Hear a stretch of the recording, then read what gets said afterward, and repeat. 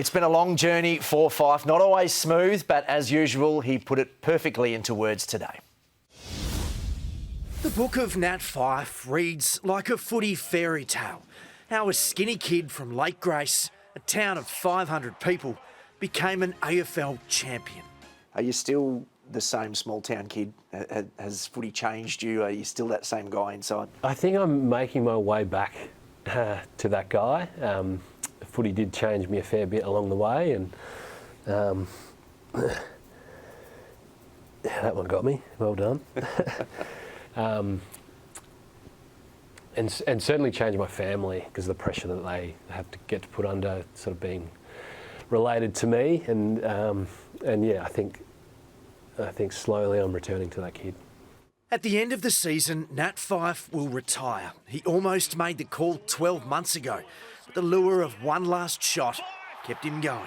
I felt like the last couple of rounds of last season, I was letting go of my career because I didn't feel like I was playing at the level I wanted to, and I felt like that could have been the end there. Everything logically said it was the right time at the end of last year. I couldn't get in the team. I had no more stones to turn to try and improve. But that was sort of all the rational. But the gut and my heart just said, we just never give up. If there's still a chance, keep going. And yeah, now we sit in a position that I've dreamed of for 16 years. At his peak, he was the king of the AFL. Speaking of all-time greats, what a goal! How good is he? His resume already littered with accolades. A two-time Brownlow medalist, three-time All-Australian, a three-time best and fairest. That is a remarkable goal! Nate, the Knife Fyfe! But there's one thing missing. I've visualised it, I've pictured it when I've been through deep months of adversity and continual struggle. That's what you pin your purpose to. I guess the position that I find myself in is that I don't need anything from the game. The game's been so generous to me, and I sit in a position now where I'm at peace with whatever happens from here, and yet we have a chance, and I have a chance to potentially do something that I've long dreamed of, and however it goes will be that way, but I don't need anything from the game. Of course, he's not done yet. This incredible story may have one last chapter left to be written. As Fremantle edged toward a finals campaign, the dream of a perfect fairy tale ending remains alive. Yet here we are in the final hour of this story with the dream still alive. A moment that comes for every player, even the greats. Yeah, the last sort of 5 years, I guess, of my career have been really challenging. I've had lots of adversity with injury and sort of my shifting position as I've gotten older and trying to figure out a body that didn't really make sense to me for a large part of that. And I've changed a lot. I've felt like the adversity really sort of shifts your perspective on a number of things. And I couldn't be more grateful for that.